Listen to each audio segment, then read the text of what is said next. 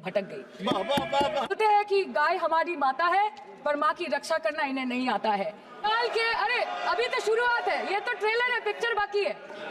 मैं बस ये कहना चाहती हूँ कि इस बीजेपी सरकार ने पिछले 10 सालों में इस देश के लिए क्या किया, उससे बड़ी तालिका बनेगी कि 10 साल में क्या क्या कर सकते थे पर किया नहीं। 2014 में जो किसान मोदी है तो मुमकिन है सोच के और अच्छे दिन के ख्वाब देख के बीजेपी को वोट दे रहा था, आज 10 साल बाद वो बोलता है कि मोदी है तो नामुमकिन है। शायद अभी वो किसान है भी नहीं। तो इसीलिए मैं बोलना चाहती हूँ कि समय बड़ा महत्वपूर्ण होता है अध्यक्ष महोदय और बड़ा बलवान। बंगाली में हम एक बात बोलते हैं कि समय गेले साधन होबे ना। इसका मतलब यही है कि अगर समय चला गया तो साधना नहीं होगी, अगर भक्त रूठ गए तो आराधना नहीं होगी। और 3 से 303 से 240 के आंकड़े बोलते हैं कि इस बार जो आप चले गए तो दोबारा लौटने की संभावना नहीं होगी।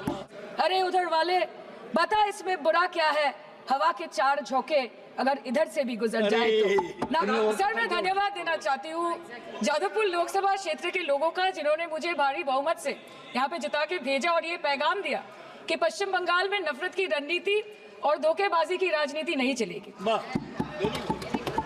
अध्यक्ष महोदय, मैं उम्मीद करूंगी कि आज आप मुझे पूरा बोलने का मौका दें, क्योंकि हाल ही में हुए नीति आयोग की जो मीटिंग हुई थी वहां पे हमारी माननीय मुख्यमंत्री, जो देश की एकमात्र महिला मुख्यमंत्री भी है, उनका माइक बीच राह में ऑफ कर दिया गया था।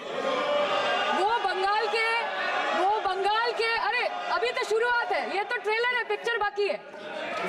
अध्यक्ष महोदय, मैं आपसे ये बोलना चाहती हूँ कि वो बंगाल के हक के लिए यहाँ पे सवाल उठाने आई थी, वो बंगाल के लोगों की बात रख रहे यहाँ पे आई थी, लेकिन उनका माइक ऑफ कर दिया गया। आपके माध्यम से मैं सदन में उपस्थित वहाँ जो बैठे हैं माननीय सदस्य, कोई भी घटना को सर एक लाइन डिलीट करेंगे। सर एक लाइन सर मैं यही बताना चाहती हूँ कि बंगाल के लोगों का, आगे जाके बंगाल के लोग आपके पार्टी की माइक ऑफ कर देंगे। बस एक चुनाव बाकी, आप देख लीजिएगा। सर नीट के घोटाले से लेके जीएसटी के बोझ तक, एयरपोर्ट की छत टूट जाने से लेके रेल पटरी से छूट जाने तक, तृणमूल कांग्रेस के सदस्य, हर सांसद देश के हर गंभीर मुद्दे पर चर्चा करेंगे। बस यही आपको बोलना था। खुद क्या खाएंगे, अपने परिवार के लोगों का खिलाएंगे, अपनी गाय भैंस भेड़ बकरी को क्या खिलाएंगे? सर ऐसे ही वारदात होते हैं जहाँ गरीबी से जूझता हुआ एक किसान उसको अपनी गाय भेड़ बकरी को बेचने में मजबूर करते हैं और अंत में जाके वो अपनी खुद की जान ले लेते हैं। सर पिछले 10 सालों में 1,12,000 किसानों ने इस देश में आत्महत्या की। एनसीआरबी की एक रिपोर्ट के अनुसार 10 साल में हर दिन इस देश में एवरेज में 30 किसान हर दिन अपनी जान ले लेते हैं। बोलते हैं कि गाय हमारी माता है पर माँ की रक्षा करना इन्हें नहीं आता है। अध्यक्ष महोदय, हम सब जानते हैं कि इस मिनिस्ट्री के अंतर्गत डेयरी भी आता है और भारत इस पूरी दुनिया में दूध के उत्पादन में नंबर 1 है, contributing to almost 24.46% of global milk production. But since the government has not been able to bridge the gap between demand and supply, it has successfully turned the country from being the largest producer of milk to an importer of milk. आदमी के दूध, छाछ, लस्सी, दही, पनीर पर 5% की GST, cream, condensed milk, मक्खन, घी पर 12% की जीएसटी और अमीरों के हीरो पर सिर्फ 1.5% की जीएसटी। सरकार उनको रिलीफ नहीं देती है जो विदेश में जाके मिल्क शेक और लाते की चुस्कियां लगाते हैं। ये सरकार उनको रिलीफ नहीं देती जो आम आदमी 2 पैकेट दूध खरीदने से पहले 10 बार सोचता है। सर बचपन से हम सुनते आए थे कि संडे हो या मंडे रोज खाओ अंडे। India rank 2nd in egg production in the world और अंडे का फंडा यही है सर कि भारत के बच्चों के किस्मत में महीने में एक अंडा नहीं मिलता। मिड डे मील के चलते हफ्ते में अगर एक आध अंडा मिल भी रहा था तो कहीं धर्म के नाम पे तो कहीं महंगाई के चलते उसे बंद करने की मांग उठ रही है।